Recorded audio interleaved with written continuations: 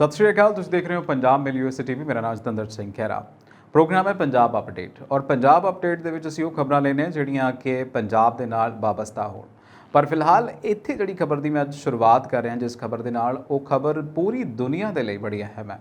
ਮੈਂ ਗੱਲ ਕਰ ਰਿਹਾ ਬ੍ਰਿਟੇਨ ਦੀ ਮਹਾਰਾਣੀ ਐਲਿਜ਼ਾਬੈਥ ਦੀ, ਜਿਨ੍ਹਾਂ ਦੀ ਜਿਹੜੀ ਕੱਲ ਮੌਤ ਹੋ ਜਾਂਦੀ ਹੈ। ਸਕਾਟਲੈਂਡ ਦੇ ਬਾਲਮੋਰਲ ਕੈਸਲ ਦੇ ਵਿੱਚ ਉਹਨਾਂ ਨੇ ਆਖਰੀ ਸਾਹ ਲਏ ਨੇ ਔਰ ਅੱਜ ਅਸੀਂ ਸਵੇਰੇ ਮੀਡੀਆ ਫੁਟੇਜ ਦੇਖੀ ਹੈ ਕਿ ਕਿਵੇਂ ਜਿਹੜੇ ਉਹਨਾਂ ਦੇ ਜਿਹੜੇ ਉੱਥੇ ਦੇ ਕਰਮਚਾਰੀ ਸੀ ਉਹਨਾਂ ਦੇ ਵੱਲੋਂ ਇੱਕ ਤਖਤੀ ਦੇ ਵਿੱਚ ਇੱਕ ਜਿਹੜਾ ਕਹਿ ਲਈਏ ਕਿ ਔਥੈਂਟੀਕੇਸ਼ਨ ਸੀ, ਜਿਹੜਾ ਇੱਕ ਕਨਫਰਮੇਸ਼ਨ ਸੀ ਉਹਨਾਂ ਦੇ ਫੌਤ ਹੋਣ ਦੀ, ਉਹ ਉੱਥੇ ਲਗਾਈ ਗਈ ਹੈ ਉਸ ਦਾ ਬਾਲਮੋਰਲ ਕੈਸਲ ਦੇ ਬਾਹਰ। ਹੁਣ ਗੱਲ ਕਰਦੇ ਹਾਂ ਕਿ ਇਸ ਮਹਾਰਾਣੀ ਜਾਣੀ ਕਿ ਐਲਿਜ਼ਾਬੈਥ ਨੇ, ਜਿਹੜੇ ਕਿ ਲੌਂਗੈਸਟ ਮੋਨਾਰਕ ਨੇ, ਜਿਨ੍ਹਾਂ ਨੇ ਤਕਰੀਬਨ 70 ਸਾਲ ਜਿਹੜਾ ਰਾਜ ਕੀਤਾ ਹੈ ਔਰ 26 ਸਾਲਾਂ ਦੀ ਉਮਰ ਦੇ ਵਿੱਚ ਕਹਿੰਦੇ ਨੇ ਕਿ ਉਹਨਾਂ ਨੂੰ ਇਹ ਤਾਜ ਮਿਲਿਆ ਸੀਗਾ।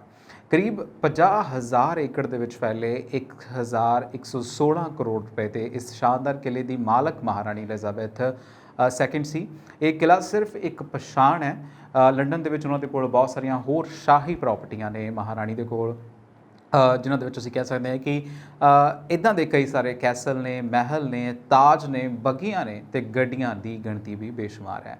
ਅੱਜ ਅਸੀਂ ਉਹਨਾਂ ਦੀ ਜ਼ਿੰਦਗੀ ਦੇ ਵਿੱਚ, ਉਹਨਾਂ ਦੇ ਸ਼ਾਹੀ ਜ਼ਿੰਦਗੀ ਦੇ ਬਾਰੇ ਗੱਲ ਕਰਨ ਜਾ ਰਹੇ ਹਾਂ ਕਿ ਉਹਨਾਂ ਦੇ ਕੋਲ ਕੀ ਹੈ। ਬ੍ਰਿਟੇਨ ਦੀ ਮਹਾਰਾਣੀ ਜਿਹੜੀ ਹੈ ਉਹਨਾਂ ਦੇ ਕੋਲ ਕੀ ਹੈ, ਕਿਹੜੀ ਪ੍ਰਾਪਰਟੀ ਜਿਹੜੀ ਹੈ ਉਹਨਾਂ ਦੇ ਕੋਲ ਹੈ।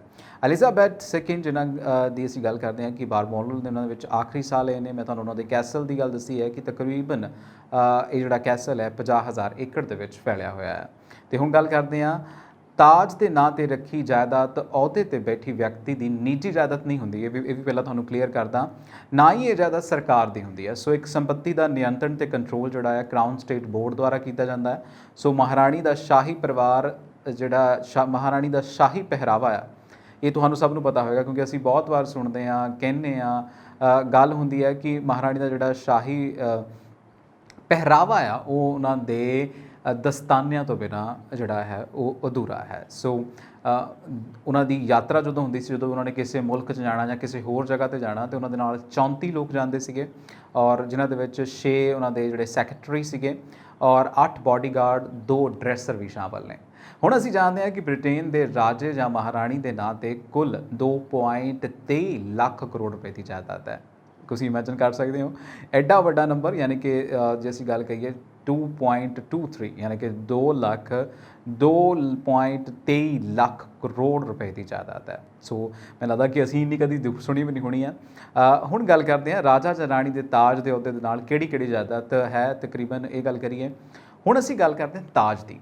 ਅਹੁਦੇ ਦੇ ਨਾਂ 'ਤੇ ਜਾਇਦਾਦ 1.55 ਲੱਖ ਕਰੋੜ ਰੁਪਏ ਦਾ ਤਾਜ ਦੇ ਨਾਮ ਦੇ ਉੱਤੇ ਸਿਰਫ। ਬਕਿੰਘਮ ਪੈਲੇਸ ਦੀ ਕੁੱਲ ਲਾਗਤ ਜੇ ਅਸੀਂ ਗੱਲ ਕੀਤੀ ਜਾਵੇ, ਜਿੱਥੇ ਉਹਨਾਂ ਨੇ 70 ਸਾਲ ਰਹੇ ਨੇ ਉਹ ਬਕਿੰਘਮ ਪੈਲੇਸ ਦੇ ਵਿੱਚ। ਜੇ ਅਸੀਂ ਹੁਣ ਕੈਸਲ ਬੈਲਮੋਰਲ ਕੈਸਲ ਦੀ ਗੱਲ ਕਰੀਏ ਤਾਂ ਹਰ ਸਮਰ ਦੇ ਵਿੱਚ ਜਾਂਦੇ ਸੀ ਸਕਾਟਲੈਂਡ ਦੇ ਵਿੱਚ। ਇਹਦੀ ਕੀਮਤ ਜਿਹੜੀ ਬਕਿੰਘਮ ਪੈਲੇਸ ਦੀ ਕੁੱਲ ਲਾਗਤ ਹੈ 39,000 ਕਰੋੜ ਰੁਪਏ ਦੱਸੀ ਜਾ ਰਹੀ ਹੈ।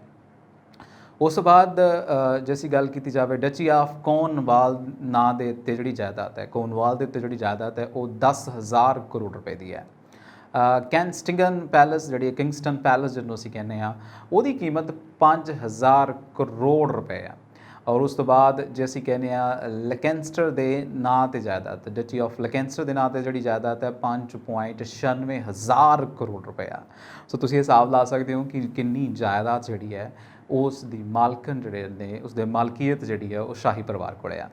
ਸਕਾਟਲੈਂਡ ਦੇ ਵਿੱਚ ਤਾਜ ਦੇ ਨਾਮ 'ਤੇ ਕੁੱਲ ਜਾਇਦਾਦ ਦੀ ਗੱਲ ਕੀਤੀ ਜਾਵੇ ਤਾਂ 4.71 ਹਜ਼ਾਰ ਕਰੋੜ ਰੁਪਏ ਆ।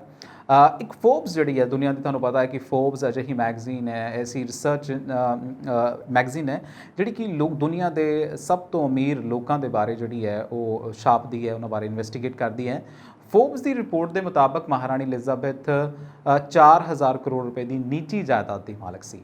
ਇਹਨਾਂ ਦੇ ਵਿੱਚ ਉਸਦੇ ਨਿਵੇਸ਼, ਕਲਾ, ਕੀਮਤੀ ਪੱਥਰ ਅਤੇ ਰੀਅਲ ਅਸਟੇਟ ਦੇ ਵਿੱਚ ਸ਼ਾਮਲ ਹੈ, ਯਾਨੀ ਕਿ ਉਹਨਾਂ ਦੇ ਕੋਲ ਬੜੇ ਸਾਰੇ ਕੀਮਤੀ ਸਟੋਨਸ ਵੀ ਸੀਗੇ। ਸੈਂਡਰਿੰਗਮ ਹਾਊਸ ਅਤੇ ਬਾਲਮੋਰਲ ਫੋਰਟ ਵੀ ਮਹਾਰਾਣੀ ਦੀ ਨਿੱਜੀ ਜਾਇਦਾਦ ਸੀ। ਜਿੱਥੇ ਉਹਨਾਂ ਦੀ ਹੁਣ ਉਹ ਫੌਤ ਹੋਏ ਨੇ, ਜਿੱਥੇ ਉਹਨਾਂ ਨੇ ਆਖਰੀ ਸਾਹ ਲਏ ਨੇ, ਉਹ ਵੀ ਉਹਨਾਂ ਦੀ ਨਿੱਜੀ ਜਾਇਦਾਦ ਸੀਗੀ। ਇਸ ਤੋਂ ਇਲਾਵਾ ਜੇ ਗੱਲ ਕੀਤੀ ਜਾਵੇ ਤਾਂ 4500 ਕਰੋੜ ਰੁਪਏ ਦਾ ਤਾਜ ਜਿਹੜਾ ਸੀਗਾ ਉਹ ਪਹਿਨਦੀ ਸੀਗੀ। ਤੁਹਾਨੂੰ ਪਤਾ ਹੋਵੇ ਇਹ ਤਾਜ ਉਹੀ ਹੈ ਜਿਹਦੇ ਵਿੱਚ ਕਹਿੰਦੇ ਕਿ ਕੋਹੇ ਨੂਰ ਜੜਿਆ ਹੋਇਆ ਹੈ। ਸੋ ਮਹਾਰਾਣੀ ਐਲਿਜ਼ਾਬੈਥ ਸੈਕਿੰਡ ਦੀ ਗਲੈਮਰਸ ਅਤੇ ਲਗਜ਼ਰੀ ਜ਼ਿੰਦਗੀ ਦਾ ਅੰਦਾਜ਼ ਇਸ ਤੱਥ ਤੋਂ ਅੰਦਾਜ਼ਾ ਲਗਾਇਆ ਜਾ ਸਕਦਾ ਹੈ ਕਿ ਬਕਿੰਘਮ ਜਿੱਥੇ ਉਹ 70 ਸਾਲਾਂ ਤੱਕ ਰਹੀ ਹੈ ਉਹਦੇ ਵਿੱਚ 775 ਕਮਰੇ ਨੇ। ਤੁਸੀਂ ਅੰਦਾਜ਼ਾ ਲਾ ਸਕਦੇ ਹੋ ਕਿ 775 ਕਮਰੇ ਔਰ ਕਿੰਨਾ ਕਿੰਨਾ ਕਿੰਨਾ ਵੱਡਾ ਜਿਹੜਾ ਹੈ ਉਹ ਉਹਨਾਂ ਦੇ ਕੋਲ ਹੋਏਗਾ, ਕਿੰਨਾ ਵੱਡਾ ਉਹਨਾਂ ਦੇ ਕੋਲ ਜਿਹੜਾ ਇਸ ਜ਼ਿੰਦਗੀ ਨੂੰ ਜਿਉਣ ਦਾ ਤਰੀਕਾ ਹੋਵੇਗਾ। ਅਤੇ 78 ਬਾਥਰੂਮ ਨੇ, 775 ਕਮਰੇ ਅਤੇ 78 ਬਾਥਰੂਮ ਨੇ। ਇੰਨਾ ਹੀ ਨਹੀਂ, ਮਹਾਰਾਣੀ ਦੇ ਤਾਜ ਨੂੰ 2900 ਕੀਮਤੀ ਪੱਥਰਾਂ ਦੇ ਨਾਲ ਸਜਾਇਆ ਗਿਆ ਸੀਗਾ, ਯਾਨੀ ਕਿ ਡਾਇਮੰਡਸ ਨੇ, ਬੜੇ ਸਾਰੇ ਹੋਰ ਕੀਮਤੀ ਸਟੋਨਸ ਨੇ ਉਹਦੇ ਵਿੱਚ। ਇਸ ਤਾਜ ਦੀ ਕੀਮਤ ਦੀ ਗੱਲ ਕਰਾਂ ਤਾਂ 4500 ਕਰੋੜ ਰੁਪਏ ਦੀ ਹੈ। ਇਸ 4500 ਕਰੋੜ ਰੁਪਇਆ। ਇਸ ਤਾਜ ਦੇ ਵਿੱਚ ਭਾਰਤ ਦਾ ਕੋਹਿਨੂਰ ਹੀਰਾ ਵੀ ਜੜਿਆ ਹੋਇਆ। ਮੈਂ ਪਹਿਲਾਂ ਹੀ ਦੱਸ ਚੁੱਕਾ, ਜੇਕਰ ਤਾਜ ਦੇ ਨਾਲ ਹੋਰ ਕੀਮਤੀ ਪੱਥਰਾਂ ਦੀ ਕੀਮਤ ਨੂੰ ਜੋੜੀਏ ਤਾਂ ਇਹ ਲਗਭਗ 31000 ਕਰੋੜ ਰੁਪਏ ਦੇ ਹਨ। ਅਤੇ ਇੰਨਾ ਹੀ ਨਹੀਂ, ਐਲਿਜ਼ਾਬੈਥ ਦੇ ਕੋਲ ਵੱਖ-ਵੱਖ ਰੰਗਾਂ ਦੇ ਜੇ 200 ਤੋਂ ਜ਼ਿਆਦਾ ਹੈਂਡਬੈਗ ਸਨ ਜਿਨ੍ਹਾਂ ਨੂੰ ਅਕਸਰ ਆਪਣੇ ਨਾਲ ਲੈ ਕੇ ਬਾਹਰ ਨਿਕਲਦੀ ਸੀ। ਮਹਾਰਾਣੀ ਐਲਿਜ਼ਾਬੈਥ ਲੈਂਡ ਰੋਵਰ ਕਾਰ ਨੂੰ ਪਸੰਦ ਕਰਦੀ ਸੀ ਜਿਸ ਦਾ ਨਾਮ ਡਿਫੈਂਡਰ ਸੀ। ਸੋ ਤੁਸੀਂ ਹਿਸਾਬ ਲਾ ਸਕਦੇ ਹੋ ਕਿ ਕਿੰਨੀਆਂ ਮਹਿੰਗੀਆਂ ਕਾਰਾਂ ਸੀ। ਦਰਅਸਲ 70 ਸਾਲਾਂ ਤੱਕ ਬ੍ਰਿਟੇਨ ਦੀ ਗੱਦੀ ਤੇ ਕਾਬਜ਼ ਰਹਿਣਾ ਕੋਈ ਛੋਟੀ ਗੱਲ ਨਹੀਂ ਹੈਗੀ। ਔਰ ਇਹ ਰਹਿਣ ਵਾਲੀ ਮਹਾਰਾਣੀ ਨੇ ਐਲਾਨ ਕੀਤਾ ਸੀ ਕਿ ਪ੍ਰਿੰਸ ਚਾਰਲਸ ਉਹਨਾਂ ਦੀ ਮੌਤ ਤੋਂ ਬਾਅਦ ਜਿਹੜਾ ਨੇ ਉਹ ਰਾਜਾ ਬਣਨਗੇ। ਔਰ ਕੱਲ੍ਹ ਹੀ ਸਾਡੇ ਕੋਲ ਖਬਰਾਂ ਆਉਣੀਆਂ ਸ਼ੁਰੂ ਹੋ ਗਈਆਂ ਸੀ, ਸਵੇਰ ਤੋਂ ਚੱਲ ਰਹੀਆਂ ਖਬਰਾਂ ਕਿ ਉਹ ਗੱਦੀ ਸੰਭਾਲ ਲੈਣਗੇ, ਉਹ ਰਾਜਾ ਬਣਨਗੇ। ਫਿਰ ਉਸ ਤੋਂ ਬਾਅਦ ਜਿਹੜਾ ਹੈ ਉਹਨਾਂ ਦੇ ਕਰਮੇਸ਼ਨ ਦੀ ਕਿਰਿਆ ਕੀ ਹੋਏਗੀ, ਕਿੱਥੋਂ ਹੋਏਗਾ, ਕਿਸ ਤਰੀਕੇ ਨਾਲ ਹੋਏਗਾ, ਉਸ ਬਾਰੇ ਪਤਾ ਲੱਗੇਗਾ। ਸ਼ੁਰੂ ਵਿੱਚ ਮਹਾਰਾਣੀ ਨੇ ਘੋਸ਼ਣਾ ਕੀਤੀ ਸੀ ਕਿ ਜਦੋਂ ਪ੍ਰਿੰਸ ਚਾਰਲਸ ਗੱਦੀ 'ਤੇ ਬੈਠਣਗੇ ਤਾਂ ਉਹਨਾਂ ਦੀ ਪਤਨੀ ਕੈਮਿਲਾ ਜਿਹੜੇ ਨੇ, ਜੋ ਡਚੇਸ ਨੇ, ਡਚੇਸ ਆਫ ਕਾਰਨਵਲ ਨੇ, ਉਹ ਰਾਣੀ ਕੰਸੋਰਟ ਬਣੇਗੀ। ਜਦੋਂ ਅਜਿਹਾ ਹੁੰਦਾ ਹੈ ਤਾਂ ਕਮੀਲਾ ਨੂੰ ਉਹ ਰਾਜਮਾਤਾ ਦਾ ਮਸ਼ਹੂਰ ਕੋਹਿਨੂਰ ਵਾਲਾ ਤਾਜ ਮਿਲੇਗਾ। ਸੋ ਪੰਜਾਬੀਆਂ ਲਈ ਸਪੈਸ਼ਲੀ ਅਸੀਂ, ਕਿਉਂਕਿ ਮਹਾਰਾਜਾ ਰਣਜੀਤ ਸਿੰਘ ਹੁਣ ਜਿਹੜੇ ਨੇ ਉਹਨਾਂ ਦਾ ਬਹੁਤ ਗਹਿਰਾ ਸੰਬੰਧ ਰਿਹਾ ਉਸ ਕੋਹਿਨੂਰ ਦੇ ਨਾਲ। ਸੋ ਸਾਡੇ ਲਈ ਉਸ ਕੋਹਿਨੂਰ ਬਾਰੇ ਜਾਣਨਾ ਵੀ ਬਹੁਤ ਅਹਿਮ ਹੈ। ਸੋ ਇਸ ਕਰਕੇ ਮੈਂ ਤੁਹਾਨੂੰ ਦੱਸ ਰਿਹਾ ਕਿ ਇਹ ਜੇਕਰ ਕੈਮਿਲਾ ਨੂੰ ਇਹ ਮਿਲ ਸਕਦਾ ਹੈ, ਜੇਕਰ ਇਹ ਸਭ ਕੁਝ ਹੁੰਦਾ ਹੈ। ਸੋ ਇੱਕ ਆਪਣੇ ਆਪ ਦੇ ਵਿੱਚ ਵੱਡੀ ਗੱਲ ਹੈ, ਵੱਡੀ ਖਬਰ ਹੈ। ਔਰ ਕੈਮਿਲਾ ਤੇ ਜਿਹੜਾ ਕਿ ਸਾਡਾ ਕੋਹਿਨੂਰ ਜਿਹੜਾ ਹੈ ਮਿਲੇਗੀ। ਅੱਜ ਮੈਂ ਬਹੁਤ ਸਾਰੇ ਮੀਮਸ ਵੀ ਦੇਖ ਰਿਹਾ ਸੀਗਾ ਕਿ ਮੀਮਸ ਵਿੱਚ ਅਸੀਂ ਕਹਿੰਦੇ ਕਿ ਹੁਣ ਤਾਂ ਫੌਤ ਹੋ ਗਏ ਨੇ, ਹੁਣ ਤੁਸੀਂ ਕੋਹਿਨੂਰ ਨੀਰਾ ਵਾਪਸ ਲੈ ਲਿਓ। ਸੋ ਇਹ ਸੀ ਜੀ ਬਕਿੰਘਮ ਦਾ ਰਾਜ, ਔਰ ਸਭ ਤੋਂ ਲੌਂਗੈਸਟ ਰਾਜ ਕਰਨ ਵਾਲੀ ਮੋਨਾਰਕ ਜਿਨ੍ਹਾਂ ਨੇ 70 ਸਾਲ ਰਾਜ ਕੀਤਾ, ਉਹਨਾਂ ਦੇ ਬਾਰੇ ਗੱਲ। ਹੁਣ ਪੰਜਾਬ ਮੁੜ ਆਉਂਦੇ ਹਾਂ, ਅਤੇ ਪੰਜਾਬ ਦੇ ਵਿੱਚ ਅੱਜ ਸਵੇਰ ਤੋਂ ਹੀ ਬੜਾ ਕੁਝ ਚੱਲ ਰਿਹਾ। ਵਿਧਾਇਕ ਗੱਜਣ ਮਾਜਰਾ ਜਿਹੜੇ ਕਿ ਅਮਰਗੜ੍ਹ ਤੋਂ ਵਿਧਾਇਕ ਨੇ, ਉਹਨਾਂ ਦੇ ਉੱਤੇ ਈਡੀ ਨੇ ਸ਼ਿਕੰਜਾ ਕੱਸ ਲਿਆ। ਸੋ ਈਡੀ ਨੇ ਸ਼ਿਕੰਜਾ ਐਵੇਂ ਨਹੀਂ ਕੱਸਿਆ, ਕਹਿੰਦੇ ਕਿ ਕੁਛ 40 ਕਰੋੜ ਦੀ ਜਿਹੜੀ ਜਾਇਦਾਦ ਆ ਜੀ, ਜਿਹੜਾ ਲੋਨ ਹੈ ਉਸ ਨੂੰ ਲੈ ਕੇ ਕੀਤੀ ਹੈ ਗੱਲਬਾਤ। ਕਹਿੰਦੇ ਜੀ ਕੋਈ ਇਹਨਾਂ ਦੀ ਕੰਪਨੀ ਸੀਗੀ ਜਿਨ੍ਹਾਂ ਦੇ ਉੱਤੇ ਇਹਨਾਂ ਨੇ ਲੋਨ ਲਿਆ ਸੀਗਾ, ਫਿਰ ਉਹ ਲੋਨ ਜਿਹੜਾ ਆ ਉਹ ਚੁਕਾਇਆ ਨਹੀਂ। ਇਹਨਾਂ ਦੇ ਨਾਲ 3 ਹੋਰ ਵੀ ਡਾਇਰੈਕਟਰ ਸੀਗੇ। ਅੱਜ ਸਵੇਰੇ 6 ਵਜੇ ਤੋਂ ਲੈ ਕੇ ਅਸੀਂ ਦੇਖਿਆ ਕਿ ਲਗਾਤਾਰ ਜਿਹੜੀ ਆ ਟੀਮਾਂ ਨੇ, ਜਿਹੜੀ ਈਡੀ ਦੀਆਂ ਟੀਮਾਂ ਨੇ, ਔਰ ਉਸ ਤੋਂ ਇਲਾਵਾ ਉਹਦੇ ਨਾਲ CRPF ਦੇ ਜਿਹੜੇ ਲੋਕ ਨੇ, ਉਹ ਲਗਾਤਾਰ ਉੱਥੇ ਜਾ ਰਹੇ ਨੇ। ਇਨਫੋਰਸਮੈਂਟ ਡਾਇਰੈਕਟਰ ਦੀਆਂ ਟੀਮਾਂ ਨੇ ਅੱਜ ਸਵੇਰੇ ਤੜਕੇ 6 ਵਜੇ ਉੱਥੇ ਜਿਹੜਾ ਹੱਲਾ ਬੋਲ ਦਿੱਤਾ। ਹਾਲਾਂਕਿ ਇਸ ਜਿਹੜਾ ਉੱਥੇ ਕਾਰਵਾਈ ਚੱਲ ਰਹੀ ਉਹਦੀਆਂ ਫੁਟੇਜ ਹਾਲੇ ਤੱਕ ਬਾਹਰ ਨਹੀਂ ਆਈਆਂ। ਕਹਿੰਦੇ ਕਿ ਜਿਹੜੇ ਮੀਡੀਆ ਪਰਸਨ ਜਿਹੜੇ ਸਾਡੇ ਸਹਾਇਕ ਜਾ ਰਹੇ ਨੇ ਉੱਥੇ, ਕਹਿੰਦੇ ਉਹਨਾਂ ਨੂੰ ਫੋਟੋ ਖਿੱਚਣ ਦੀ ਜਿਹੜੀ ਮਨਾਹੀ ਹੈ।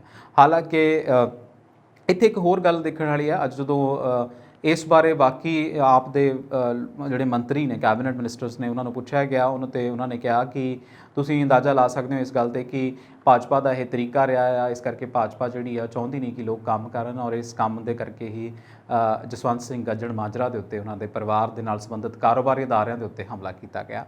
ਫਿਲਹਾਲ ਜਦੋਂ ਅਸੀਂ ਗੱਲ ਕਰਦੇ ਹਾਂ ਕਿ ਇਹ ਜਦੋਂ ਲੋਨ ਲਿਆ ਗਿਆ ਸੀ ਉਦੋਂ ਇਹ ਵਿਧਾਇਕ ਨਹੀਂ ਸੀਗੇ, ਪਰ ਇਹਨਾਂ ਨੇ ਕਿਹਾ ਕਿ ਦਿਵਾਲੀਆ ਕਰਾਰ ਕਰ ਦਿੱਤਾ ਜਿਹੜੀ ਕੰਪਨੀ ਦੇ ਉੱਤੇ ਲੋਨ ਲਿਆ ਸੀਗਾ। ਅਤੇ ਫਿਰ ਉਸ ਤੋਂ ਬਾਅਦ ਜਦੋਂ ਦਿਵਾਲੀਆ ਕੀਤਾ ਗਿਆ ਅਤੇ ਫਿਰ ਨਵੀਂ ਕੰਪਨੀ ਉਹਦੇ ਨਾਲ ਹੀ ਖੋਲ੍ਹ ਲਈ। ਇਸ ਕਰਕੇ ਇਹਨਾਂ ਦੇ ਉੱਤੇ ਕਾਰਵਾਈ ਹੋ ਰਹੀ ਹੈ। ਹਾਲਾਂਕਿ ਅੱਜ ਉਹਨਾਂ ਦੀ ਫੈਕਟਰੀ, ਇਸ ਤੋਂ ਇਲਾਵਾ ਤਾਰਾ ਕਨਵੈਂਟ ਸਕੂਲ ਮਲੇਰਕੋਟਲਾ, ਕਾਰੋਬਾਰੀ ਰਿਕਾਰਡ ਦੀ ਜਾਂਚ ਕੀਤੀ ਜਾ ਰਹੀ ਹੈ।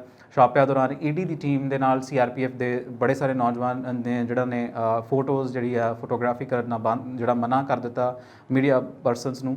ਸੋ ਇਹ ਵੱਡੀ ਖਬਰ ਹੈ ਅੱਜ ਜੇ ਗੱਲ ਕੀਤੀ ਜਾਵੇ ਆਮ ਆਦਮੀ ਪਾਰਟੀ ਦੀ। ਸੋ ਆਮ ਆਦਮੀ ਪਾਰਟੀ ਨੂੰ ਅੱਜ ਬੜੇ ਸਾਰੇ ਲੋਕਾਂ ਨੂੰ ਸਵਾਲ ਵੀ ਪੁੱਛੇ ਗਏ, ਪਰ ਉਹਨਾਂ ਨੇ ਇੱਕ ਬੜਾ ਢੁਕਵਾਂ ਜਿਹਾ ਜਵਾਬ ਦੇ ਦਿੱਤਾ ਕਿ ਬੀਜੇਪੀ ਦਾ ਸਟਾਈਲ ਹੈ ਕਿ ਜੇ ਕੋਈ ਚੰਗਾ ਕੰਮ ਕਰਦਾ ਤੇ ਉਹਦੇ ਉੱਤੇ ਕਰ ਲਓ, ਇਹ ਕੋਈ ਵੱਡੀ ਗੱਲ ਨਹੀਂ ਹੈਗੀ।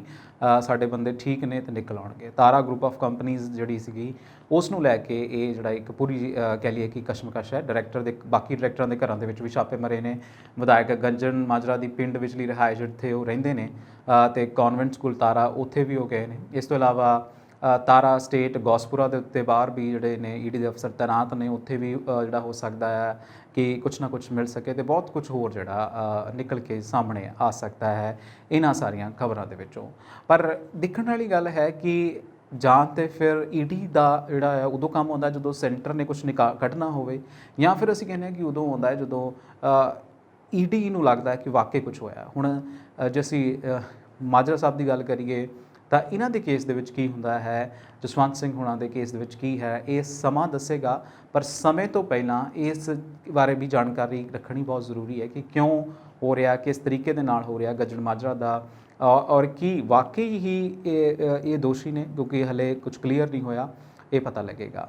ਅੱਗੇ ਵਧਦੇ ਹਾਂ ਤੇ ਸਿੱਧੂ ਮੂਸੇਵਾਲਾ ਕਤਲ ਮਾਮਲੇ ਦੀ ਗੱਲ ਕਰਦੇ ਹਾਂ ਕਿ ਸਿੱਧੂ ਮੂਸੇਵਾਲਾ ਕਤਲ ਦਾ ਬਦਲਾ ਲੈਣ ਦੀ ਫਿਰਾਕ ਦੇ ਵਿੱਚ ਬੰਬੀਹਾ ਗਰੁੱਪ ਹੈ, ਔਰ ਇਹ ਵੱਡਾ ਅਲਰਟ ਜਿਹੜਾ ਹੈ ਖੂਫੀਆ ਏਜੰਸੀਆਂ ਨੇ ਜਿਹੜਾ ਪੰਜਾਬ ਪੁਲਿਸ ਨੂੰ ਦੇ ਦਿੱਤਾ ਹੈ। ਉਹਨਾਂ ਨੇ ਕਿਹਾ ਕਿ ਗੈਂਗਵਾਰ ਦਾ ਖਦਸ਼ਾ ਹੈ ਪੰਜਾਬ ਦੇ ਵਿੱਚ, ਇਸ ਕਰਕੇ ਪੁਲਿਸ ਨੂੰ ਚੌਕਸ ਕਰ ਦਿੱਤਾ ਹੈ। ਪੁਲਿਸ ਸੂਤਰਾਂ ਦੀ ਜਿਹੜੀ ਇੱਕ ਰਿਪੋਰਟ ਆਈ ਹੈ ਕਿ ਖੂਫੀਆ ਏਜੰਸੀਆਂ ਨੂੰ ਚੌਕਸ ਹੋਣ ਦੀ ਵੱਡੀ ਲੋੜ ਹੈ, ਕਿਉਂਕਿ ਲਗਾਤਾਰ ਅਸੀਂ ਦੇਖਿਆ ਕਿ ਬੰਬੀਹਾ ਗਰੁੱਪ ਬੜੇ ਸਾਰੇ ਕੰਮ ਕਰ ਰਿਹਾ। ਸੂਤਰਾਂ ਤੋਂ ਮਿਲੀ ਜਾਣਕਾਰੀ ਅਨੁਸਾਰ ਦਿੱਲੀ ਦੀ ਸਪੈਸ਼ਲ ਸੈੱਲ ਨੇ ਬੰਬੀਹਾ ਗਰੁੱਪ ਦੇ ਜਿਹੜੇ ਗੈਂਗਸਟਰ 6 ਗੈਂਗਸਟਰਾਂ ਨੂੰ ਕਾਬੂ ਕੀਤਾ ਹੈ, ਉਹਨਾਂ ਤੋਂ ਵੱਡੇ ਖੁਲਾਸੇ ਹੋਏ ਨੇ। ਉਹਨਾਂ ਨੇ ਕਿਹਾ ਕਿ ਅਸੀਂ ਲਗਾਤਾਰ ਜਿਹੜਾ ਹੈ ਉਹ ਕੋਈ ਨਾ ਕੋਈ ਰੰਜਿਸ਼ ਕਰ ਰਹੇ ਹਾਂ, ਕਿਉਂਕਿ ਇਸ ਸਮੇਂ ਜੇ ਦੋ ਨਾਮ ਲਈਏ ਅਹਿਮ ਨਾਮ, ਲਾਰੈਂਸ ਬਿਸ਼ਨੋਈ ਔਰ ਜੱਗੂ ਭਗਵਾਨਪੁਰੀਆ, ਦੋਹੇ ਪੰਜਾਬ ਦੇ ਵਿੱਚ ਨੇ ਔਰ ਦੋਹੇ ਜਿਹੜੇ ਨੇ ਉਹ ਸਿੱਧੂ ਮੂਸੇਵਾਲਾ ਦੇ ਕਤਲ ਦੇ ਨਾਲ ਕਿਤੇ ਨਾ ਕਿਤੇ ਉਹਨਾਂ ਦੀਆਂ ਤਾਰਾਂ ਜੁੜੀਆਂ ਹੋਈਆਂ ਨੇ। ਤਾਂ ਫਿਰ ਇਹ ਹੋ ਸਕਦਾ, ਇਸ ਕਰਕੇ ਪੰਜਾਬ ਦੇ ਵਿੱਚ ਜੇ ਇੱਦਾਂ ਦੀ ਗੱਲ ਹੁੰਦੀ ਹੈ ਤਾਂ ਬੜਾ ਵੱਡਾ ਖਦਸ਼ਾ ਤੇ ਬੜਾ ਵੱਡਾ ਨੁਕਸਾਨ ਹੋ ਸਕਦਾ ਹੈ। ਇਹਨੂੰ ਇੱਕ ਦੇਖਣ ਵਾਲੀ ਵੱਡੀ ਗੱਲ ਹੈ। ਅੱਛਾ, ਇਸ ਤੋਂ ਇਲਾਵਾ ਜੇ ਗੱਲ ਕੀਤੀ ਜਾਵੇ ਤਾਂ ਪੰਜਾਬ ਦੇ ਵਿੱਚ ਕਿਹੜੀ ਇਹ ਕਿਉਂ ਹੋ ਰਿਹਾ ਹੈ, ਕਿਸ ਤਰੀਕੇ ਦੇ ਨਾਲ ਹੋਏਗਾ, ਕਿਉਂਕਿ 6 ਜਿਹੜੇ ਨੇ ਗੈਂਗਸਟਰ ਫੜੇ ਨੇ, ਉਹਨਾਂ ਨੇ ਖੁਲਾਸੇ ਕੀਤੇ ਨੇ। ਤੁਹਾਨੂੰ ਪਤਾ ਹੋਵੇਗਾ ਕਿ ਥੋੜ੍ਹੇ ਦਿਨ ਪਹਿਲਾਂ ਨਾਲਾਗੜ੍ਹ ਅਦਾਲਤ ਦੇ ਵਿੱਚ ਅਸੀਂ ਦੇਖਿਆ ਸੀ ਕੱਲ੍ਹ ਜਿਹੜਾ ਗੋਲੀਬਾਰੀ ਹੋਈ ਹੈ ਤੇ ਵਿੱਕੀ ਮਿੰਟੂ ਖੇੜਾ ਦੇ ਕਾਤਲ ਜਿਹੜੇ ਨੇ ਸ਼ਾਰਪ ਸ਼ੂਟਰ ਬੰਬੀਹਾ ਗਰੁੱਪ ਦੇ ਸੰਨੀ ਨੂੰ ਛੁਡਾਉਣ ਦੀ ਕੋਸ਼ਿਸ਼ ਕੀਤੀ ਗਈ ਹੈ। ਸੰਨੀ ਉਹ ਨਾਮ ਹੈ ਜਿਹੜਾ ਵਿੱਕੀ ਮਿੰਟੂ ਖੇੜਾ ਕਤਲ ਮਾਮਲੇ ਦੇ ਵਿੱਚ ਜੁੜਿਆ ਹੋਇਆ ਹੈ, ਔਰ ਇਸ ਕਰਕੇ ਜੇ ਹੁਣ ਨਾਮ ਹੋਰ ਵੀ ਵੱਡੇ ਜੁੜਦੇ ਨੇ ਜਿਹਨਾਂ 'ਚ ਪ੍ਰਗਟ ਨੇ ਤੇ ਇਹਨਾਂ ਸਾਰਿਆਂ ਨੂੰ ਛੁਡਾਉਣ ਦੀ ਕੋਸ਼ਿਸ਼ ਕੀਤੀ ਜਾ ਰਹੀ ਹੈ। ਔਰ ਜਦੋਂ ਇਹਨਾਂ ਨੂੰ ਫੜ ਲਿਆ ਗਿਆ ਪੁਲਿਸ ਦੇ ਵੱਲੋਂ ਤਾਂ ਇਹ ਖੁਲਾਸੇ ਕੀਤੇ ਗਏ ਨੇ ਕਿ ਇਹ ਬਿਸ਼ਨੋਈ ਤੋਂ ਬਦਲਾ ਲੈਣ ਦੀ ਇੱਕ ਵੱਡੀ ਸਾਜ਼ਿਸ਼ ਰਚ ਰਹੇ ਨੇ। ਜੇ ਰਚ ਰਹੇ ਨੇ ਤਾਂ ਪੰਜਾਬ ਕਿੱਧਰ ਨੂੰ ਜਾ ਰਿਹਾ, ਪੰਜਾਬ ਦੇ ਲੋਕ ਕਿੱਧਰ ਨੂੰ ਜਾਣਗੇ, ਕਿਉਂਕਿ ਇਹ ਨਾ ਸਿਰਫ ਕਹਿੰਦੇ ਨੇ ਕਿ 2 ਗੈਂਗ ਤੱਕ ਦੀ ਗੈਂਗ ਵਾਰ ਹੋਏਗੀ, ਕਿਉਂਕਿ ਵੱਡੇ ਨੁਕਸਾਨ ਹੋ ਸਕਦੇ ਨੇ। ਲਾਅ ਐਂਡ ਆਰਡਰ ਨੂੰ ਲੈ ਕੇ ਆਮ ਆਦਮੀ ਪਾਰਟੀ ਲਗਾਤਾਰ ਸਵਾਲਾਂ ਦੇ ਘੇਰਿਆਂ ਦੇ ਵਿੱਚ ਹੈ, ਕਿਉਂਕਿ ਜਦੋਂ ਤੋਂ ਆਮ ਆਦਮੀ ਪਾਰਟੀ ਨੇ ਕੀਤਾ, ਸਭ ਤੋਂ ਪਹਿਲਾਂ ਸੰਦੀਪ ਨੰਗਲ ਅੰਬੀਆਂ ਦਾ ਕਤਲ ਹੁੰਦਾ ਹੈ, ਫਿਰ ਉਸ ਤੋਂ ਥੋੜ੍ਹੇ ਦਿਨ ਬਾਅਦ ਜੇ ਅਸੀਂ ਗੱਲ ਕਰੀਏ ਤਾਂ ਇਹਨਾਂ ਦੇ ਆਪਸੀ ਮੋਹਾਲੀ ਵਿਖੇ ਜਿਹੜਾ ਪੁਲਿਸ ਹੈੱਡਕੁਆਟਰ ਹੈ ਉਹਦੇ ਵਿੱਚ ਜਿਹੜਾ ਹੈ ਇੱਕ ਗ੍ਰੇਨਾਈਟ ਹਮਲਾ ਹੁੰਦਾ ਹੈ। ਉਸ ਤੋਂ ਬਾਅਦ ਜੇ ਅਸੀਂ ਗੱਲ ਕੀਤੀ ਜਾਵੇ ਤਾਂ ਫਿਰ ਸਿੱਧੂ ਮੂਸੇਵਾਲਾ ਕਤਲकांड ਹੋ ਜਾਂਦਾ ਹੈ ਤੇ ਅਜੇ ਤੱਕ ਜਿਹੜੇ ਨੇ ਉਸ ਦੀ ਕਲੀਅਰ ਇਨਕੁਆਇਰੀ ਰਿਪੋਰਟ ਜਿਹੜਾ ਕਲੀਅਰ ਇੱਕ ਚੀਜ਼ ਜਿਹੜੀ ਸਾਡੇ ਕੋਲ ਸਾਹਮਣੇ ਨਿਕਲ ਕੇ ਨਹੀਂ ਆਈ। ਸੋ ਵੱਡੀ ਗੱਲ ਹੈ। ਤੇ ਪਰ ਜੇਕਰ ਹੁਣ ਇਹ ਗੱਲ ਹੈ ਨਾ ਕਿ ਪੰਜਾਬ ਦੇ ਵਿੱਚ ਕਿਵੇਂ ਇਹ ਸਭ ਕੁਝ ਹੋਏਗਾ, ਕੌਣ ਇਸ ਨੂੰ ਮੈਨੇਜ ਕਰੇਗਾ, ਕਿਸ ਤਰੀਕੇ ਦੇ ਨਾਲ ਹੋਏਗਾ, ਆਪਣੇ ਆਪ ਦੇ ਵਿੱਚ ਵੱਡਾ ਸਵਾਲੀਆ ਨਿਸ਼ਾਨ ਹੈ ਇਸ ਸਮੇਂ ਪੰਜਾਬ ਸਰਕਾਰ ਦੇ ਲਈ। ਸੋ ਇੱਕ ਬੰਨੇ ਤਾਂ ਹੁਣ ਮੈਂ ਇਹ ਕਹਾਂ ਕਿ ਸਾਡੇ ਸੀਐਮ ਸਾਹਿਬ ਜਿਹੜੇ ਨੇ ਉਹ ਹਿਮਾਚਲ ਦੇ ਵਿੱਚ ਬਿਜ਼ੀ ਨੇ, ਕਿਉਂਕਿ ਉੱਥੇ ਚੋਣ ਪ੍ਰਚਾਰ ਚੱਲ ਰਿਹਾ। ਅੱਜ ਗਰੰਟੀਆਂ ਵੀ ਦੇਣੀਆਂ ਸੀ, ਕੇਜਰੀਵਾਲ ਸਾਹਿਬ ਨੇ ਉੱਥੇ ਪਹਿਲਾਂ ਵੀ ਦੇ ਚੁੱਕੇ ਨੇ, ਔਰ ਇਸ ਤੋਂ ਇਲਾਵਾ ਹਰਿਆਣਾ ਦੇ ਵਿੱਚ ਵੀ ਉਹ ਤਿਰੰਗਾ ਰੈਲੀ ਕਰਦੇ ਨਜ਼ਰ ਆ ਰਹੇ ਨੇ। ਇਸੇ ਦੇ ਵਿੱਚ ਪੰਜਾਬ ਦੇ ਵਿੱਚ ਇਹ ਹੋ ਸਕਦਾ ਹੈ ਕਿ ਹੁਣ ਮੌਕਾ ਹੋਵੇ ਇਸ ਗੈਂਗਵਾਰ ਇਹਨਾਂ ਗੈਂਗ ਵਾਲਿਆਂ ਦੇ ਕੋਲ ਗੈਂਗਵਾਰ ਕਰਨ ਦਾ। ਪਰ ਮੈਨੂੰ ਲੱਗਦਾ ਹੈ ਕਿ ਜਿਹੜੀ ਸਾਡੀ ਹੋਮ ਮਿਨਿਸਟਰੀ ਹੈ ਇਹਨੂੰ ਪੂਰੇ ਅਲਰਟ ਦੇ ਉੱਤੇ ਰੱਖਣ ਦੀ ਲੋੜ ਹੈ। ਸੋ ਭਗਵੰਤ ਮਾਨ ਸਾਹਿਬ ਹੁਣਾਂ ਨੂੰ ਪੰਜਾਬ ਦੇ ਵਿੱਚ, ਕਿਉਂਕਿ ਇਹੀ ਟਾਈਮ ਹੈ ਬੜਾ ਸੀਰੀਅਸ ਜਾਂ ਸੈਂਸਿਟਿਵ ਟਾਈਮ ਹੈ, ਇਹਦੇ ਉੱਤੇ ਵੀ ਧਿਆਨ ਦੇਣ ਦੀ ਲੋੜ ਹੈ, ਕਿਉਂਕਿ ਪੰਜਾਬ ਦੇ ਲੋਕ ਜਿਹੜੇ ਨੇ ਉਹਨਾਂ ਤੋਂ ਬਹੁਤ ਕੁਝ ਤਵੱਕੋ ਕਰਦੇ ਨੇ। ਔਰ ਮੈਂ ਨਹੀਂ ਚਾਹੁੰਦਾ ਕਿ ਪੰਜਾਬ ਦਾ ਮਾਹੌਲ ਖਰਾਬ ਹੋਵੇ, ਕੋਈ ਨਹੀਂ ਪੰਜਾਬੀ ਚਾਹੁੰਦਾ ਕਿ ਪੰਜਾਬ ਦਾ ਮਾਹੌਲ ਖਰਾਬ ਹੋਵੇ। ਸੋ ਇਸ ਲਈ ਮੈਨੂੰ ਲੱਗਦਾ ਕਿ ਹੁਣ ਬਹੁਤ ਜ਼ਿਆਦਾ ਤਵੱਕੋ ਦੇਣ ਦੀ ਲੋੜ ਹੈ। ਅੱਛਾ, ਅੱਗੇ ਵੱਧਦਾ ਹਾਂ ਪੰਜਾਬ, ਇਹਦੇ ਉੱਤੇ ਦੁਬਾਰਾ ਆਵਾਂਗਾ। ਅਗਲੀ ਖਬਰ ਜਿਹੜੀ ਹੈ ਉਹ ਵੀ ਬੜੀ ਅਹਿਮ ਖਬਰ ਹੈ। ਅਸੀਂ ਸਾਰੇ ਜਾਣਦੇ ਹਾਂ ਕਿ ਤਕਰੀਬਨ 4 ਦਹਾਕਿਆਂ ਤੋਂ ਫਰੀਦਕੋਟ ਰਿਆਸਤ ਦੀ ਬੇਸ਼ੁਮਾਰ ਕੀਮਤ ਜਿਹੜੀ ਹੈ ਤਕਰੀਬਨ ਕਿਹਾ ਜਾਂਦਾ ਕਿ 50,000 ਜਿਹੜੀ ਕਰੋੜ ਦੀ ਜਾਇਦਾਦ ਆ ਜਿਹੜੀ ਉੱਥੇ ਦੀ ਉਹਦੇ ਉੱਤੇ ਮਲਕੀਅਤ ਜਿਹੜੀ ਹੈ ਹੁਣ ਸੁਪਰੀਮ ਕੋਰਟ ਦੇ ਵੱਲੋਂ ਜਿਹੜੇ ਵਾਰਸਾਂ ਨੂੰ ਦੇ ਦਿੱਤੀ ਗਈ ਹੈ। ਹਾਲਾਂਕਿ ਪਹਿਲਾਂ ਟਰਸਟ ਦੇ ਕੋਲ ਸੀਗੇ ਤੇ ਟਰਸਟ ਦੇ ਕੋਲ ਤਕਰੀਬਨ 250 ਤੋਂ ਵੱਧ ਜਿਹੜੇ ਸੀਗੇ ਉੱਥੇ ਮੁਲਾਜ਼ਮ ਕੰਮ ਕਰਦੇ ਸੀਗੇ। ਹੁਣ ਜਦੋਂ ਅਕਤੂਬਰ ਤੋਂ ਬਾਅਦ ਸ਼ਾਹੀ ਟਰਸਟ ਦੀ ਹੋਂਦ ਖਤਮ ਹੋ ਜਾਣੀ ਹੈ ਤੇ ਇਹਨਾਂ 250 ਜਿਹੜੇ ਬੰਦੇ ਨੇ ਜਿਹੜੇ ਕੰਮ ਕਰ ਰਹੇ ਨੇ ਇਹਨਾਂ ਦਾ ਭਵਿੱਖ ਵੀ ਬੜਾ ਖਤਰੇ ਦੇ ਵਿੱਚ ਹੈ। ਇਹਨਾਂ ਨੂੰ ਤਾਂ ਮਿਲ ਗਿਆ, ਜਿਹੜੇ ਆਪਾਂ ਕਹਿ ਲਈਏ ਕਿ ਵਾਰਸਾਂ ਨੂੰ ਤਾਂ ਜਾਣ ਮਿਲ ਗਈ ਹੈ, ਬਹੁਤ ਜਹਿਦ ਤੋਂ ਬਾਅਦ ਇਹਨਾਂ ਨੂੰ ਇਹ ਜਿਹੜੀ ਵੱਡੀ ਸੰਪत्ति ਮਿਲ ਗਈ ਹੈ। ਪਰ ਹੁਣ ਇਹ ਜਿਹੜੇ ਮੁਲਾਜ਼ਮ ਨੇ 250 ਉਹਨਾਂ ਦੀ ਹੋਂਦ ਦਾ ਕੀ ਹੋਵੇਗਾ। ਰਾਜ ਮਹਿਲ, ਸ਼ਾਹੀ ਰਾਜ ਮਹਿਲ ਜਿਹਨੂੰ ਅਸੀਂ ਕਹਿੰਦੇ ਹਾਂ, ਕੰਟਰੀ ਕਲੱਬ, ਹਸਪਤਾਲ, ਅਸਤਬਲ, ਹਵਾਈ ਅੱਡੇ ਦੀ ਸੰਭਾਲ ਦੇ ਲਈ ਇਹ ਤੈਨਾਤ ਕੀਤੇ ਗਏ ਸੀ। ਇਸ ਤੋਂ ਇਲਾਵਾ ਚਹਿਲ ਰੋਡ ਤੇ 50 ਏਕੜ ਦੇ ਬਾਗ ਦੀ ਸੰਭਾਲ ਵੀ ਇਹ ਕਰਦੇ ਸੀਗੇ। ਹੁਣ ਇਹ ਹੈ ਕਿ ਫਰੀਦਕੋਟ ਦੇ ਪਿੰਡ ਬੀੜ, ਸਿੱਖਲਾਂ ਵਾਲਾ ਦੇ ਅਤੇ ਘੁਗਿਆਣਾ ਵਿੱਚ ਜਿਹੜੀ ਰਿਆਸਤ ਦੇ ਜੰਗਲ ਦੀ ਸਾਂਭ ਸੰਭਾਲ ਦੇ ਲਈ ਵੀ ਮੁਲਾਜ਼ਮ ਤੈਨਾਤ ਨੇ। ਔਰ ਕਹਿੰਦੇ ਨੇ ਕਿ ਪਿਛਲੇ ਮਹੀਨੇ ਇਹਨਾਂ ਨੂੰ ਮਿਲ ਗਈ ਸੀ ਸੈਲਰੀ, ਪਰ ਹੁਣ ਜਦੋਂ ਟਰਸਟ ਦਾ ਜਿਹੜਾ ਕੋਈ ਕੰਟਰੋਲ ਨਹੀਂ ਰਹਿ ਜਾਊਗਾ ਉਸ ਉੱਤੇ ਤਾਂ ਇਹ ਕੀ ਕਰਨਗੇ। ਹਾਲਾਂਕਿ ਹੁਣ ਟਰਸਟ ਦੇ ਜਿਹੜੇ ਵੱਡੇ ਅਧਿਕਾਰੀ ਨੇ ਉਹ ਵੀ ਇਹਦੇ ਉੱਤੇ ਕੁਝ ਨਹੀਂ ਕਹਿ ਸਕਦੇ। ਉਹ ਕਹਿੰਦੇ ਕਿ ਸਾਨੂੰ ਹੁਣ ਇਹਦੇ ਵਿੱਚ ਪਤਾ ਨਹੀਂ ਹੈਗਾ ਹੁਣ ਤੇ, ਕਿਉਂਕਿ ਸੁਪਰੀਮ ਕੋਰਟ ਨੇ ਇਹਦੇ ਵਿੱਚ ਕਲੀਅਰ ਕਰ ਦਿੱਤਾ ਕਿ ਪਰਿਵਾਰਕ ਮੈਂਬਰਾਂ ਨੂੰ ਇਹ ਜਾਇਦਾਦ ਜਾਏਗੀ, ਕਿਵੇਂ ਜਾਏਗੀ, ਕਿਸ ਤਰੀਕੇ ਨਾਲ ਜਾਏਗੀ, ਇਸ ਦਾ ਫੈਸਲਾ ਜਿਹੜਾ ਆ ਉਹ ਹੋ ਚੁੱਕਿਆ ਤੇ ਤਨਖਾਹਾਂ ਮਿਲਣਗੀਆਂ ਕਿ ਨਹੀਂ ਮਿਲਣਗੀਆਂ ਇਹ ਦੇਖਣਾ ਹੋਏਗਾ। ਅੱਛਾ, ਮੈਂ ਇਹ ਗੱਲ ਕਰਦਾ ਸੀ ਕਿ ਇੰਟਰਸਟਿੰਗ ਹੈ ਕਿਉਂਕਿ ਬਹੁਤ ਵੱਡੀ ਜਾਇਦਾਦ ਹੈ, 50,000 ਕਰੋੜ ਦੀ ਜਾਇਦਾਦ ਹੈ। ਉਸ ਤੋਂ ਬਾਅਦ ਟਰਸਟ ਨੂੰ ਚਲੇਗੀ, ਕਿਵੇਂ ਟਰਸਟ ਨੂੰ ਗਈ, ਕਿਸ ਤਰੀਕੇ ਨਾਲ ਹੋਇਆ, ਇਹ ਆਪਣੇ ਆਪ ਦੇ ਵਿੱਚ ਬੜਾ ਹੀ ਇੱਕ ਕਹਿ ਲਈਏ ਕਿ ਸੀਕ੍ਰੇਟ ਜਿਹੜਾ ਬਾਕਸ ਹੈ ਉਸ ਨੂੰ ਖੋਲ੍ਹਣ ਦੀ ਲੋੜ ਹੈ। ਫਿਲਹਾਲ ਮੈਂ ਕੋਸ਼ਿਸ਼ ਕਰਾਂਗਾ ਕਿ ਮੈਨੂੰ ਜਿੰਨੀ ਇਸ 'ਤੇ ਜਾਣਕਾਰੀ ਮਿਲੀ ਮੈਂ ਤੁਹਾਡੇ ਨਾਲ ਸਾਂਝਾ ਕਰਾਂ। ਔਰ ਇਹ ਸੀ ਵੱਡੀ ਖਬਰ ਇਸ ਸਮੇਂ। ਉਸ ਤੋਂ ਬਾਅਦ ਇੱਕ ਹੋਰ ਵੱਡੀ ਖਬਰ ਜਿਹੜੀ ਹੈ ਉਹ ਆ ਰਹੀ ਹੈ। ਉਹ ਵੱਡੀ ਖਬਰ ਇਹ ਹੈ ਕਿ ਅੰਮ੍ਰਿਤਸਰ ਦੇ ਵਿੱਚ ਜਿਹੜੇ ਸਿੰਘਾਂ ਦਾ ਬਾਣਾ ਪਾਲਿਆ ਹੋਇਆ ਸੀ ਉਹਨਾਂ ਦੇ ਵੱਲੋਂ ਇੱਕ ਨੌਜਵਾਨ ਦਾ ਕਤਲ ਕਰ ਦਿੱਤਾ ਗਿਆ। ਔਰ ਇਹ ਕਿਹਾ ਗਿਆ ਕਿ ਨੌਜਵਾਨ ਦੇ ਉੱਤੇ ਇਲਜ਼ਾਮ ਲਗਾਏ ਗਏ ਕਿ ਹਾਲਾਂਕਿ ਉਹਨੇ ਸ਼ਰਾਬ ਪੀਤੀ ਹੋਈ ਸੀ, ਤੰਬਾਕੂ ਖਾਧਾ ਹੋਇਆ ਸੀਗਾ। ਪਰ ਸਵਾਲ ਇਹ ਹੈ ਕਿ ਕੀ ਇੱਦਾਂ ਕਿਸੇ ਦੀ ਜਾਨ ਲੈਣਾ, ਉਹ ਵੀ ਰਾਤ ਨੂੰ ਸ਼ਰੇਆਮ ਕਤਲ ਕਰਨਾ ਕਿੱਥੋਂ ਤੱਕ ਸਹੀ ਹੈ। ਹਾਲਾਂਕਿ ਪੁਲਿਸ ਨੇ ਬਹੁਤ ਸੋਹਣਾ ਕੰਮ ਕੀਤਾ। ਉੱਥੋਂ ਦੇ ਜਿਹੜੇ ਕਾਰਜਕਾਰੀ ਜਿਹੜੇ DSP ਨੇ ਅਰੁਣ ਹੁਣਾ, ਉਹਨਾਂ ਨੇ ਵੀ ਬਹੁਤ ਚੰਗੀ ਮੁਸ਼ਤੈਦੀ ਦੇ ਨਾਲ ਕੰਮ ਕੀਤਾ ਆ। ਔਰ ਲਗਾਤਾਰ ਉਹਨਾਂ ਨੇ ਇਹ ਕਹਿ ਦਿੱਤਾ ਕਿ ਅਸੀਂ ਇਹਦੇ ਉੱਤੇ ਜਿਹੜੇ 2 ਸੀਗੇ ਉਹ ਉਹਨਾਂ ਨੂੰ ਫੜ ਵੀ ਲਿਆ ਆ। ਉਹਦੇ ਵਿੱਚ 4 ਲੋਕ ਸ਼ਾਮਲ ਨੇ, ਹਾਲੇ 2 ਰਹਿੰਦੇ ਨੇ। ਪਰ ਕਿੰਨਾ ਸਹੀ ਹੈ, ਧਰਮ ਦੇ ਨਾਂ ਦੇ ਉੱਤੇ ਅਸੀਂ ਧਾਰਮਿਕ ਜ਼ਰੂਰ ਹੋਈਏ, ਪਰ ਜੇ ਕੋਈ ਉਸ ਪਰਿਸਰ ਦੇ ਬਾਹਰ ਖੜ੍ਹ ਕੇ ਕੁਝ ਕਰ ਰਿਹਾ ਹੈ, ਉਹਦੀ ਨਿੱਜੀ ਜ਼ਿੰਦਗੀ ਵੀ ਹੋ ਸਕਦੀ ਹੈ। ਕਿੰਨਾ ਸਹੀ ਹੈ, ਇਹ ਸਵਾਲ ਉੱਠਦਾ ਨਾ ਅਕਸਰ ਕਿ ਅਸੀਂ ਕੀ ਕਾਨੂੰਨ ਨੂੰ ਆਪਣੇ ਹੱਥ 'ਚ ਲੈ ਲਈਏ, ਮਾਰਨ ਤੱਕ ਚਲੇ ਜਾਈਏ, ਜਦ ਕਿ ਉੱਥੇ ਕਿਸੇ ਤਰੀਕੇ ਦੀ ਕੋਈ ਬੇਅਦਬੀ ਨਹੀਂ ਹੋਈ ਹੈ। ਹਾਲਾਂਕਿ ਬੇਅਦਬੀ ਦੇ ਮਾਮਲੇ ਦੇ ਵਿੱਚ ਮੈਨੂੰ ਲੱਗਦਾ ਕਿ ਮੌਤ ਤੇ ਘਰ ਉਤਾਰਨਾ ਤੇ ਇੱਕ ਜੰਗਲ ਰਾਜ ਵਾਲੀ ਗੱਲ ਹੈ। ਜਦ ਤੱਕ ਉਹ ਬੇਅਦਬੀ ਉਨੀ ਸੀਵੀਅਰ ਨਾ ਹੋਵੇ, ਕਿੰਨਾ ਕੁ ਕਿਸੇ ਮਾਪਿਆਂ ਦਾ ਪੁੱਤ ਮਾਰ ਦੇਣਾ। ਹਾਲਾਂਕਿ ਹਲੇ ਵੀ ਪੁਸ਼ਟੀ ਨਹੀਂ ਹੋਈ ਕਿ ਉਹਨੇ ਸ਼ਰਾਬ ਪੀਤੀ ਸੀ ਜਾਂ ਤੰਬਾਕੂ ਲਾਇਆ ਸੀ ਕਿ ਨਹੀਂ ਲਾਇਆ। ਲੋਕ ਉੱਥੇ ਇਹ ਕਹਿ ਰਹੇ ਨੇ ਕਿ ਸਿਰਫ ਕਿਸੇ ਗੱਲ ਨੂੰ ਲੈ ਕੇ ਇਹਨਾਂ ਦੇ ਵਿੱਚ ਆਪਸ ਦੇ ਵਿੱਚ ਖਿੱਚਾਤਾਣ ਹੋ ਗਈ ਆ। ਔਰ ਖਿੱਚਾਤਾਣ ਦੇ ਵਿੱਚ ਹੀ ਜਿਹੜੇ ਸਿੰਘ ਸੀਗੇ ਉਹਨਾਂ ਨੇ ਬਰਸ਼ੀਆਂ ਦੇ ਨਾਲ ਹਮਲਾ ਕਰ ਦਿੱਤਾ। ਇੰਨਾ ਜ਼ਿਆਦਾ ਅਸੀਂ ਡਿੱਗ ਗਏ ਹਾਂ, ਇੰਨਾ ਜ਼ਿਆਦਾ ਅਸੀਂ ਨੀਚੇ ਆ ਗਏ ਹਾਂ ਕਿ ਅਸੀਂ ਆਪਣੇ ਇੱਕ ਦੂਸਰੇ ਭੈਣ ਭਾਈਆਂ ਨੂੰ ਮਾਰਨਾ ਸ਼ੁਰੂ ਕਰ ਦਿੱਤਾ। ਕਿੱਥੋਂ ਤੱਕ ਸਹੀ ਹੈ। ਮੈਂ ਹਰ ਵਾਰ ਸਵਾਲ ਪੁੱਛਦਾ ਹਾਂ, ਤੁਹਾਡਾ ਸਵਾਲ ਇਸ 'ਤੇ ਕੀ ਜਵਾਬ ਹੋਇਆ ਮੈਨੂੰ ਦੱਸ ਦਿਓ ਤੁਸੀਂ। ਫਿਲਹਾਲ ਮੈਂ ਚੱਲਦਾ, ਤੁਸੀਂ ਦੇਖਦੇ ਰਹੋ ਪੰਜਾਬ ਮੇਲ USA TV। ਸਤਿ ਸ਼੍ਰੀ ਅਕਾਲ।